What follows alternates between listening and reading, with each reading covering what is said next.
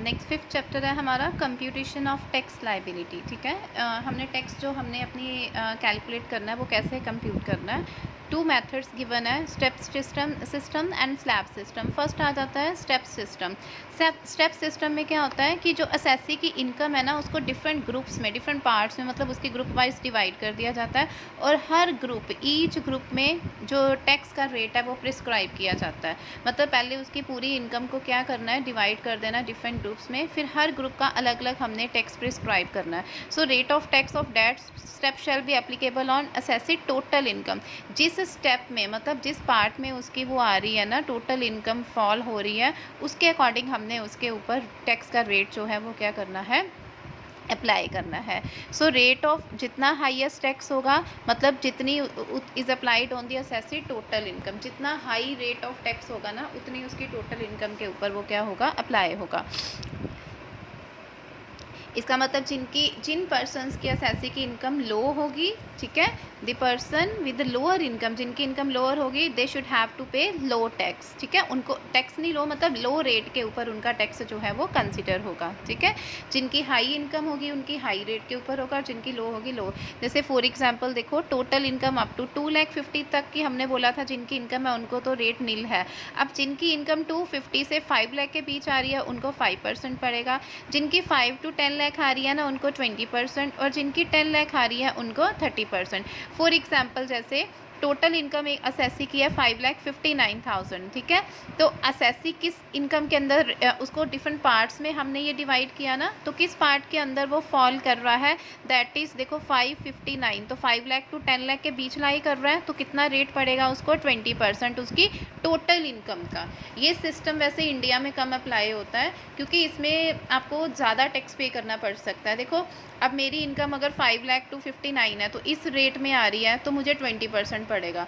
अगर just suppose मेरी 10 लाख से अबव आ रही है तो मुझे सीधा 30% पड़ेगा। ठीक है, तो उसकी इनकम कितनी है, 5,59,000 थी ना, उसका 20% उसको टैक्स पड़ा, प्लस हेल्थ एजुकेशन सेस जो है वो 4% पड़ना होता है, तो टोटल पड़ा 1,16,272। ठीक है, नेक्स्ट इसमें आ जाता है slab system. This system is applicable in India, मतलब मोस्टली हमारी कंट्रीज़ में, हमारी क्या मोस्टली ज़्यादातर मैक्सिमम कंट्रीज़ में यही सिस्टम अडॉप्ट किया जाता है, स्लैब सिस्टम, और इंडिया में भी यही सिस्टम हम अडॉप्ट करते हैं, स्लैब सिस्टम। इस सिस्टम में क्या है कि ये जो हमारा टैक्स मेथड है ना ये इक्विटेबल है, रीजनेबल मेथड है और जस्टिफाई है और इक्विटेबल है। इस मेथड के अंदर क्या आता है कि इनमें टोटल इनकम को ना डिफरेंट स्लैब्स में डिवाइड किया जाता है। इस सिस्टम में जो एसएससी की टोटल इनकम है that is divided into the different slabs. अब हर स्लैब का हमने रेट उसके अकॉर्डिंग क्या करना है, उसके अकॉर्डिंग हम डिफरेंट रेट प्रिस्क्राइब करेंगे उनकी स्लैब के अकॉर्डिंग।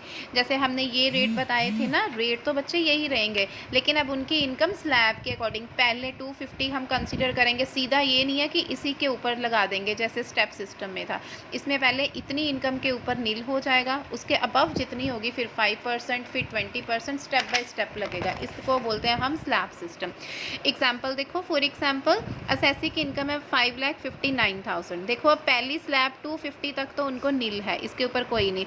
अब 250 to 5 लाख तक कितना पड़ेगा, 5% पड़ा तो वो आ गया 12,1500। 5 लाख से 59,000 तक कितना पड़ा, मतलब इस केस में उनके पास कितनी अबव है, 20%। 59,000 सिर्फ 59,000 अबव है तो 20%, तो टोटल कितना आ गया 11,800। तो ये टोटल उनका आ गया 24,300 और टैक्स जो 4% एजुकेशन सेस लगा के आ गया 25,270। देखो अब यहाँ भी इनकम उसकी कितनी थी, जो स्टेप सिस्टम में भी 5,59,000 थी, यहाँ भी 5,59,000। अगर हम स्टेप सिस्टम अडॉप्ट करते हैं तो देखो बच्चे उसका टैक्स कितना बन गया 1,16,000। लेकिन अगर स्लैब सिस्टम अडॉप्ट करते हैं ना तो ओनली उसको 25,272 टैक्स पे करना पड़ेगा। So this method is better and mostly countries यही मेथड अडॉप्ट करती हैं, अदरवाइज़ इसके अकॉर्डिंग तो हमारा टैक्स ही बहुत ज़्यादा हो जाता है। ठीक है, next one is rounding off tax.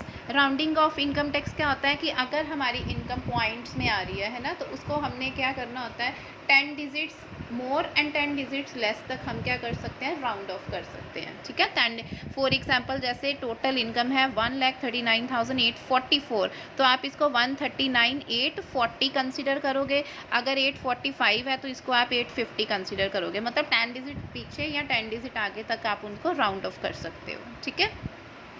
Next आ जाता है इसमें फिर रिबेट ऑफ टैक्स। अब हमने क्या करना है, रिबेट ऑफ टैक्स ये किस सेक्शन के अंदर आता है, 87E के अंदर रिबेट्स मिलती है।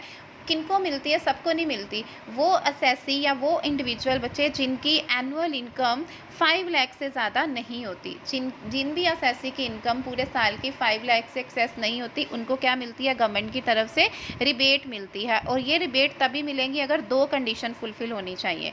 This rebate is allowed if following 2 conditions are fulfilled. अब कौन सी कंडीशंस है, फर्स्ट तो है असेसी एक तो इंडिविजुअल होना चाहिए जो इंडियन रेजिडेंट होना चाहिए, एनआरआई नहीं होना चाहिए, वो रेजिडेंट ऑफ इंडिया होना चाहिए प्रीवियस ईयर, जिस ईयर उसकी इनकम हमने कंसीडर करनी है, और उसकी टोटल इनकम 5 लाख से ज़्यादा नहीं होनी चाहिए, तो ही उसको रिबेट मिलेगा।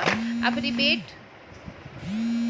रिबेट मिलना कितना है बच्चे, रिबेट मिलेगा उनको 12,500 रिबेट मिलेगा, या फिर जितना उनका टैक्स कैलकुलेट होगा, विच एवर इज़ लोअर, मतलब जितना उनकी टोटल इनकम पर टैक्स कैलकुलेट होगा वो, या फिर 12,500, इन दोनों में से जो भी लेस होगा वो उतना उनको रिबेट मिलेगा। किनको मिलना है, जिनकी एनुअल इनकम 5 लाख से ज़्यादा नहीं होती, ठीक है।